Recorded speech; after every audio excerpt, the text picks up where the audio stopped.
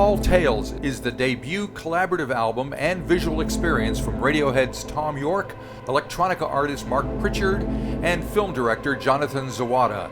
It'll be in cinemas for a limited time only on Thursday, May 8th, ahead of the album release, which is May 9th. Here is Mark Pritchard to tell us first how he and Thom Yorke created the album, and then how Jonathan Zawada joined the team to create the stunning visuals set to that music. That's Thom and Mark on stage in Sydney, performing one of the tracks from Tall Tales.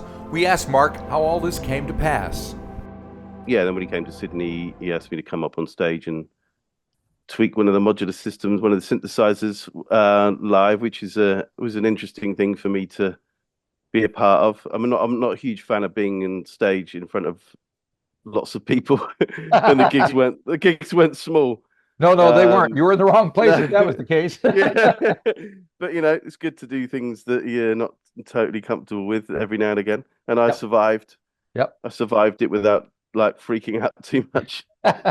Very good. Well, that's a good way to it was a way of introducing people to this new project, I guess. And I know that you and Thom had worked together back in a few years ago on Beautiful People, but what brought you back together to make this happen?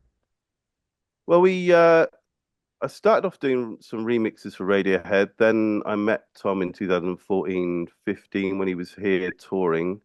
And then I asked him whether he'd be up for doing something when I met him. And he just said, yeah, definitely send some stuff through. And then the Beautiful People thing happened after that. Then I did a remix for him on a solo album, maybe 2018. It's that kind of period at 2018, 19. Right. And it was just really 2020 where it comes along. We're all in lockdown. And Thom just emailed me just to say hello, really. It was just I hope everything's okay with you. It's some crazy time. I'm locked down like everybody else at home. And I don't know how long this is going to be for. So he just said, have you got any music? Send it through. He was working on the first Smile album at that moment. And I guess he's having to then adjust to having to being at home working on it. And then it just kind of grew from there. I just sent him. I was working on another project, and I thought I want to write some new stuff for him, really.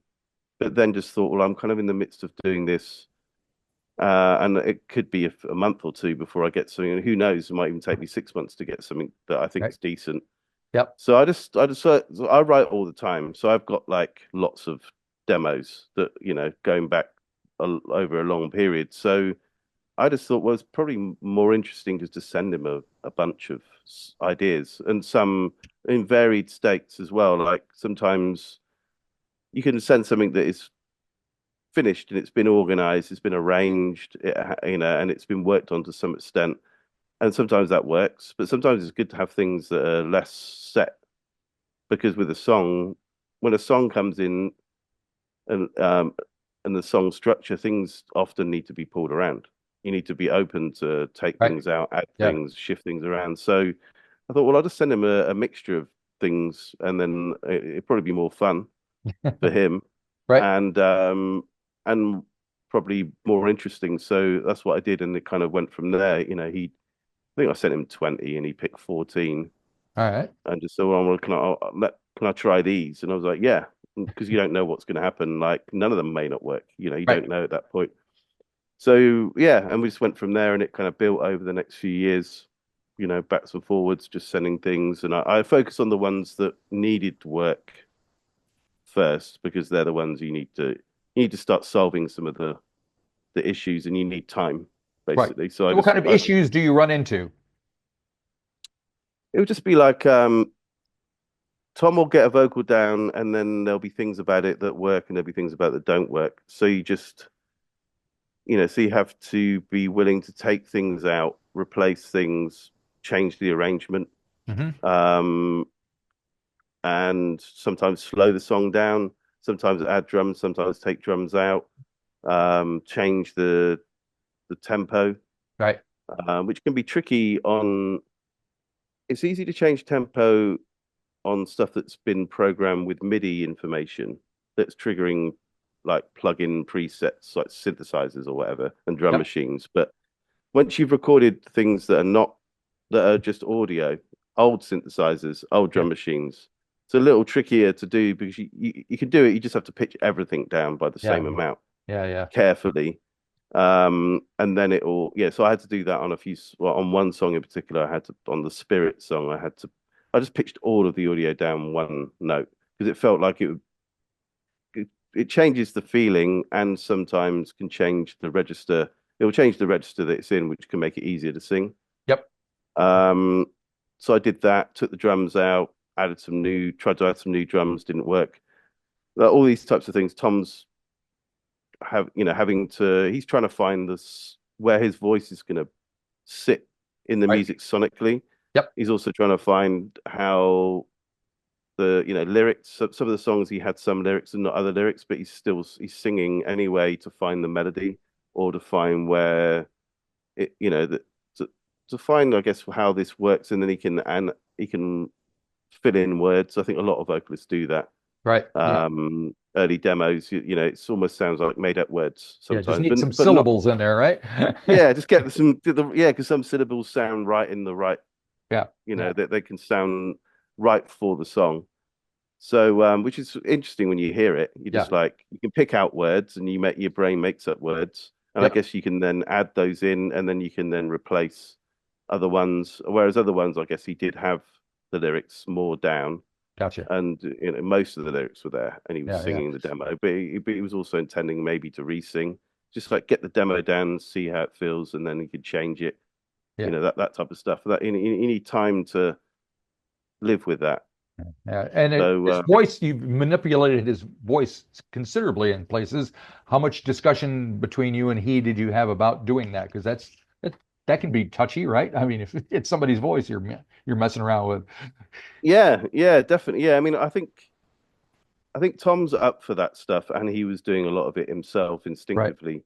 So he some of the songs he just sang more natural, just at a mic, standing at a mic, singing it. Um, and then I guess you can put a reverb on, or you can put delays on subtle things, and then that's the right thing to do. Other hmm things, he's really deconstructing his voice, singing through guitar pedals or his synth modular system. He was doing a lot of that. So I didn't have to do as much. I could just listen to what he's doing and see the balance. It's like this song, I'm going to keep it natural. It makes sense to keep it natural because you want contrast. Sometimes it's right just to have, you could have a song that has lots of old synthesizers. It's quite like, has not necessarily lo-fi, but it has a distinct quality and sometimes a very naturally clear vocal dry can work really well. right. Sometimes I guess he's like, well, I need to sonically find the texture here for my voice. I'm using the voice as an instrument as well as just being a song. So Yes. he was doing a lot of that. So it meant I didn't have to. I did on a few things. I had a few ideas of some things I'd like to try. So like on one song, I used a Leslie speaker, which is part of a Hammond organ, Right. which Twirls around. people have. Yeah, it has the horns in the top that spin, Yep. which gives the Hammond its kind of vibrato, the shimmery kind of vibrato, Yeah. and you can mod the inputs on them. People had done that in the 60s and 70s. Yeah. I'd always wanted to try it. And a friend of mine had two Leslie speakers that you could input into. So I thought, well, I'd like to try that if it works. So on one song, I just thought, well, the vocal is quite natural, Yep. but I felt like it needed to have a different sonic quality to it. As soon as you send a vocal out for a speaker in a room and Yeah. you're miking up that room, you're choosing what mics, And which all the song is mics it have. that we're talking about? That's on Bugging Out. Oh, right. Okay. Yeah, on that one, it was like the microphones in the room all have their sonic qualities to them, the preamps you use. And then you're getting, we had three mics on the cabinet on the Leslie speaker, and Yep. then two mics back in the room, picking up quite a big room that my friend has. So he's picking up that natural room ambience, Right. which The means ambience. Yeah. you don't have to do that with, digital or artificial reverbs. Yep. It's It's the real thing. yeah, and it does sound brilliant, and it's Yeah. something that I wanted to do. All the music I like from the beginning of people recording music up till I guess the 70s, even the 80s, people were still doing it, but I guess things shifted in the 80s. Yeah, not I all mean, digital. it's bands in rooms, Yep. Well, I mic'd up. once went to the power station in New York, and the main room, I mean, they had the entire room mic'd all over the place. It was great. It was crazy. Yeah, So, yeah, and and and and, I- and I really like that. It's some digital reverbs are great, and I use plate reverbs, spring reverbs. I right. like the older reverbs I like, but there are some digital reverbs that are pretty amazing what you can do with them now, and you can shape them a certain way. Sure. But capturing a real room, there's even room simulators now where you go into a room and you can capture the room and then phase cancel the signal that you sent into the room, and then when you put something into that, it simulates what was going on in that room, Yeah. Yeah. Yeah. Yeah. and it does sound pretty amazing. But if you go into a real room and mic it up, it's always going to sound interesting and different. Yeah, yeah, yeah. Now Yeah. So this has turned into a expanded to a three-way collaboration with the film that is I've seen the film, and yeah, Jonathan Zawada, I believe is hopefully I pronounced his name correctly, is yeah. the director of that. So how did he get involved in this, and why him, and what did you and Tom talk to him about when he was visualizing all this music for you? Well, I've been working with Jonathan for, I don't know, 10 or 15 years, Right? and we kind of got to know each other, and found a really good way of working. Like, there's something that happens between what he does visually and my music that seems to really work, and we've been developing that over the years. And when this project came up, I mentioned it to him, and then once we got a few more songs, the demos, I sent them to him. I knew straight. I mean, I knew I wanted him to work on it, but I couldn't presume that Tom would want to do that because Tom works with, I mean, he works with his friend. Like, I think most of the stuff he's done over the years has been with Stanley. Um, but I just sort of said, look, I think Jonathan will do an amazing job on this, and I showed him some of Jonathan's work, and then we had a meeting, like a Zoom meeting, where I kind of introduced them to, and then we had a kind of a chat. Tom Right. was very, yeah, Tom, I guess he's been collaborating with lots of people over the years, and I guess he knows Yeah. instinctively what to do Yeah. with people. So he was very wary about saying too much about what the songs. He doesn't really print his lyrics. He hasn't printed his lyrics before. He wants to leave it open to interpretation. Right. So I guess in that it's a tricky situation where you want to offer something, but he doesn't want to say this song is Yeah. inspired by this or that. But then there was some really good things that he offered up, like one of the songs was inspired by a book by Benjamin Myers called The Gallows Pole. Okay. Um, and he just said, it's called the Many Dancing Stags Heads. Yep. So that was a really useful thing. So it's like, Jonathan could read that out. We both read that book, and Right. there's lots of interesting tie-ins to what some of the stories Jonathan had already found that were inspiring some of the ideas for the. But there wasn't going to be a film at that point. It was going to be, he was just going to make 12 Some videos. clips. Yeah, but not like music videos, but 12 clips Yeah. that, maybe even he was even thinking about some of them could be installations. They weren't going to Uh, be video clips, but there was going to be 12 visual elements to go along with the songs. right. And as it evolved, it kind of everybody started to sort of notice that they worked better as a whole because All each right. one specifically doesn't have there's not like obvious narrative structures in the clips. Some of Right. them have kind of a loose Yeah. narrative, Yeah. Yeah. but Yeah. the whole together seemed to feel like it had more. It's still not a very clear.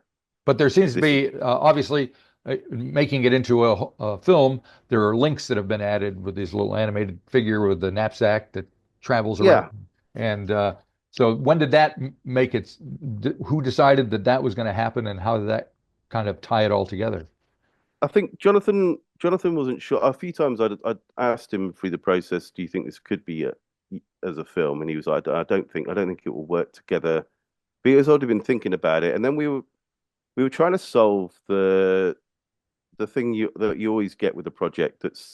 There needs to be a press release, Right. and then people want to be told something about what this is about, and I'm always very reluctant. I don't want to do it. I'm always just like, I don't want to do it. I don't want to say it. Can we just not say anything for this Yep. one, Yep. please? Yep.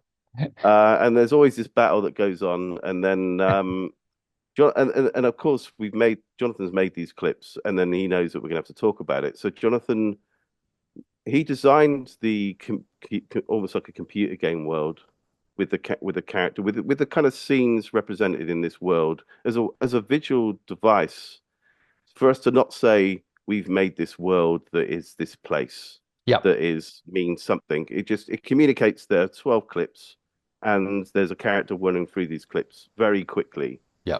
So that was made for that, and then it ended up being the back of the LP because it looks really cool. Right. But Jonathan was like, "Well, I could animate this character, and maybe that's a good device Yeah, to to to to, to help tie it together." We didn't know it would. We put it between each scene. We thought maybe some of them could just fade into each other, sure. but then as it happened, it made sense that it did work between each one. And it has a couple of different things that it does. It helps give it a thread, a theme, and each as the clip stops, you get this character again. Yep. It gives you a break from the song, and it gives you a bit of time to get that song out, the emotion or whatever is there. It gives you Yeah, because I wanted to soundtrack them because they're fun. yeah, I was yeah, like, yeah. it'd be great fun to put some music over this, but I also knew that it's a good idea to keep it silent. Sure. So I did that, but also it has a they're playful, Yeah, and that's also really useful. that That you've helps. got Yeah, this character walking through this world, and he kind of looks at the camera, and kind of, and yeah. then the next clip starts. There's something fun about that. It's playful, whereas because some of the clips A have, bit heavy. the song, but they're heavy. Yeah, they're heavy, moody, Yeah, yeah. dystopian, some sadness there. There's tension. So it's a really good way of actually lightening. And I saw it last week in a cinema for the first time. Ah, And just a test, like a friend of mine has access to a small cinema, so we went in there and just friends watched it, and people laughed. yeah. And when I that could see. character came in, which is which is great. Yeah. So it You seems know, like because the album track listing is now different than the film track listing, they've switched things around. Are they kind of two different pieces of two different works in your mind now? Why are they not? Why didn't it run consistently with what the album is? yeah, I think Jonathan was always very much like, well, the album is the important thing here, and the film is something separate to the album. Right. He felt we should have the album out first, so people will listen to it as a record. Um, but the thing that was making it difficult to show that this could work is that it did not work. The clips did not work in the album order. Right. And we tried it, and it just didn't. Because I guess with an album order, you're trying to balance different feelings, different tempos, different moods. So you're listening to the record, and it's moving around. Hopefully, there's some unexpected shifts, and it keeps you engaged as it's going through. When you add a whole another layer to that with the visual layer, you have to then balance those. So they need to be in a different order. Yep. So Jonathan's had a go at shifting the order around, but he wasn't sure about it. And I said, let me have a go. So we use this thing called a Miro board, which is kind of like an online kind of mood board, really, where you can just put visuals and you can put links on, which is really useful to. I could see what Jonathan was working on, and he could reference things with me. So we use that between us. But on there, he just put like a screenshot of each video, so I know what the video is, and then Yep. I would just started shuffling them around, and it was I wasn't sure whether it was working, but I got one that I was like, this has got something. So I marked it. I put a little tick, but like a little dot by it, and then went to bed. And then Jonathan had messaged me. He said, "Well done. I think you've cracked it." Ah, So by shifting the that around, I got the right balance right. of going because the clips are very different. There's some very colorful psychedelic Yeah. characters. Yeah. Then Yeah. there's real footage, and then some of them are moody, some of them are more fun and playful again. So it was like I just tried to shift that around with the music moods and the visual, and then I think, and I always thought that the last clip in the film should be the last clip on the album.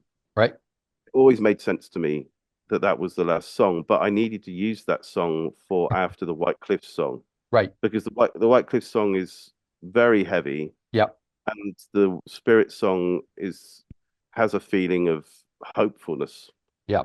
So sometimes you need to use a song to get out of a heavy Gotcha. mood. So I had to move it, I had to shift it to the middle and then find something else to end it. But whereas in the film, it made sense to have it at the end. At the end, yeah. Now, one Yeah. track, I was hoping to just talk about one in particular, and you can talk as much about it as you care to or not, because we don't want to. Yeah. But I had them all figured out what the titles were from the, but then I lost my piece of paper. So bear with me for a second. It's early in the Yeah. film. It's before Gangsters. There's a coin kind of thing rolling down the thing. That track. Oh yeah. Yeah. Yeah. That's the Men Who Dance in Stag's Heads, which was Tom had told us about the book. Oh, right. Um, Okay, great. So yeah, kind of like a folky. It's a harmonium. harmonium, yeah, that's what I was wondering. Yeah, Is that and sounded very kind of Velvet Undergroundy to me. yeah, it's weird because I've always been a fan of Ivor Cutler, who was a Scottish Yeah.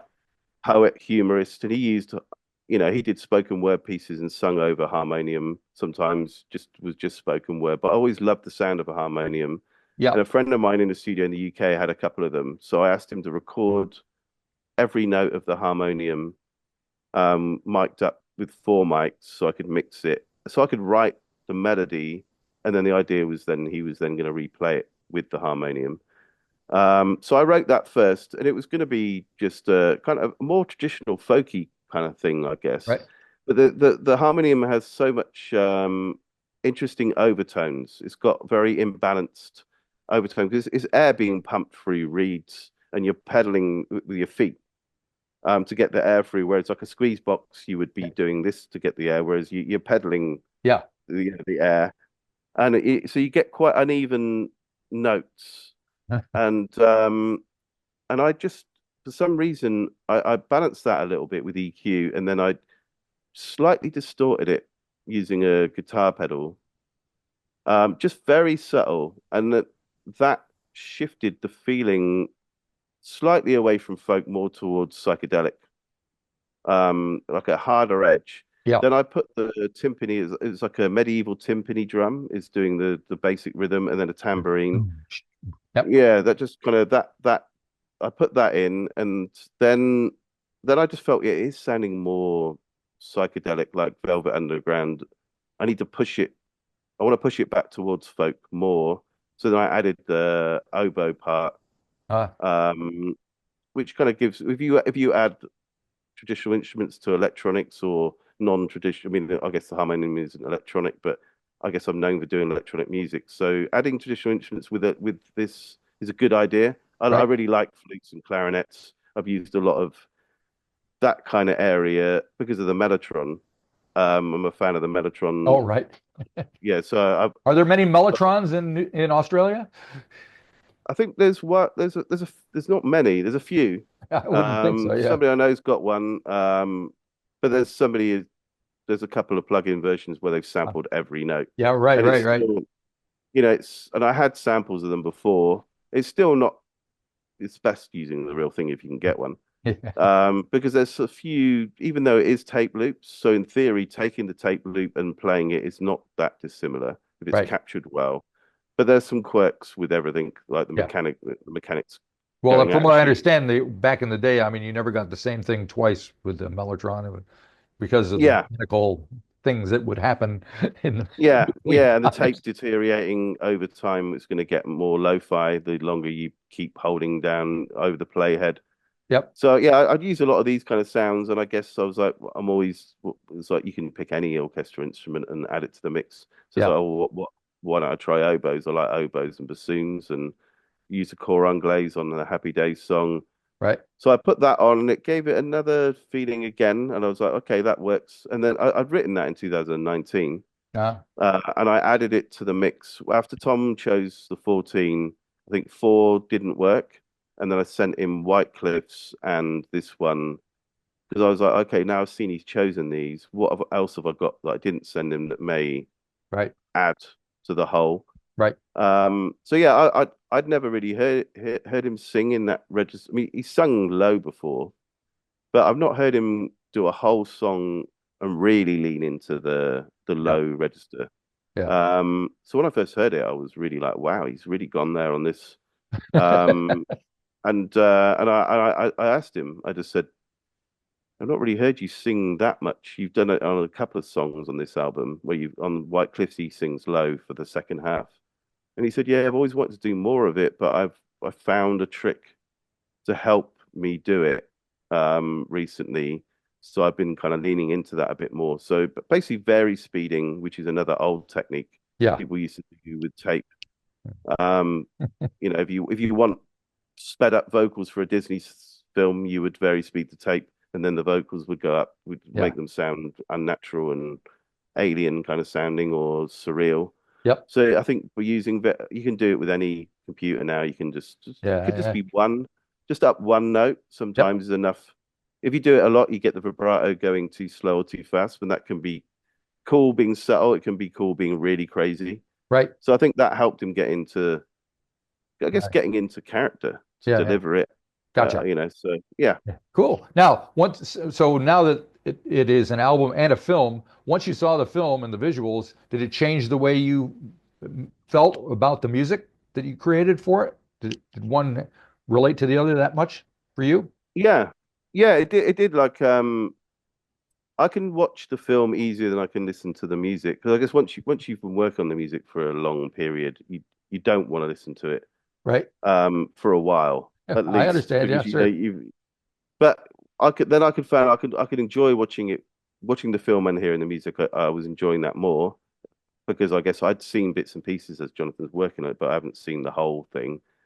A couple of songs, it I think Gangsters and Back in the Game, when Jonathan did those clips probably about a year or two ago now, once I saw those and I could see the other ones building, it helped me understand that I knew those songs were going to be in the album, but I wasn't sure whether how they fitted or where they were going to go, and do they actually fit on the record.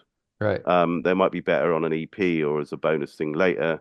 But then when I saw Jonathan making, when he made those clips, I could see all the clips coming together slowly, one by one. It made me realize that this all does actually work.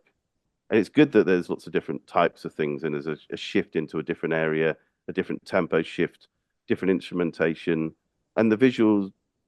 I guess it's all coming from me and Tom, the music, and various other people playing on it. Jonathan's done all the visuals. That's all him. Yep. Yeah, a couple of people did a couple of things for him, like cut out the end of the conversation clip where the conveyor belt goes into the sky. I Yeah. think he got somebody to cut that out for him, but Yeah. generally, it's all coming from Jonathan. So I guess if you're doing that and it's very much between a small amount of people, sometimes it does start making sense because you can see Jonathan's voice, you can hear Tom's actual voice and the extra synthesizers and things he's played. You can hear Yeah. my side, and so that it did help me kind of go, well, actually, this can work on the album. Yeah. Now, a few people kind of thought that.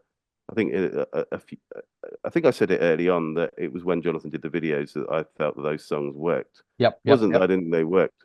It was just that do they actually fit on Yeah. this They work record? together. Yeah. Yeah. So yeah, it did really change my perspective, and I saw it last week for the first time in a cinema because obviously it's not out until Thursday. Yep. And seeing it as a whole, I mean, I've watched it lots of times as a whole on my laptop, and I'd seen 4 or 5 scenes in one screening grading place, Right. and I wanted to watch the whole thing there, but you're paying per hour Yeah. Yeah. for those places. So yeah, so I wanted to watch the whole thing, but I could see how it worked on this. It's nice to see it on a good screen also.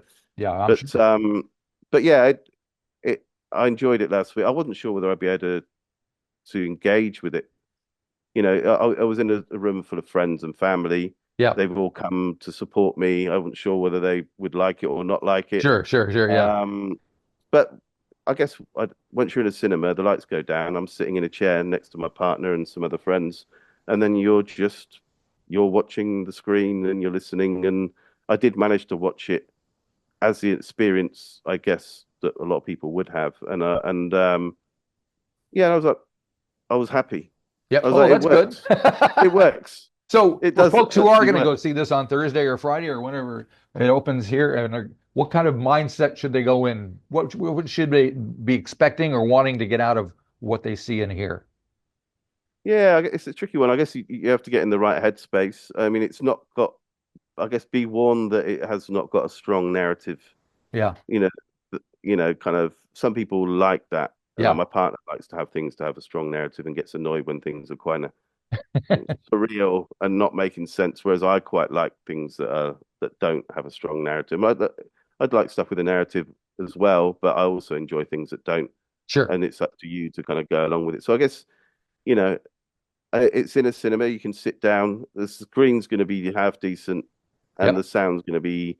The sound in cinemas is better than in in art galleries, which that's is true. another idea.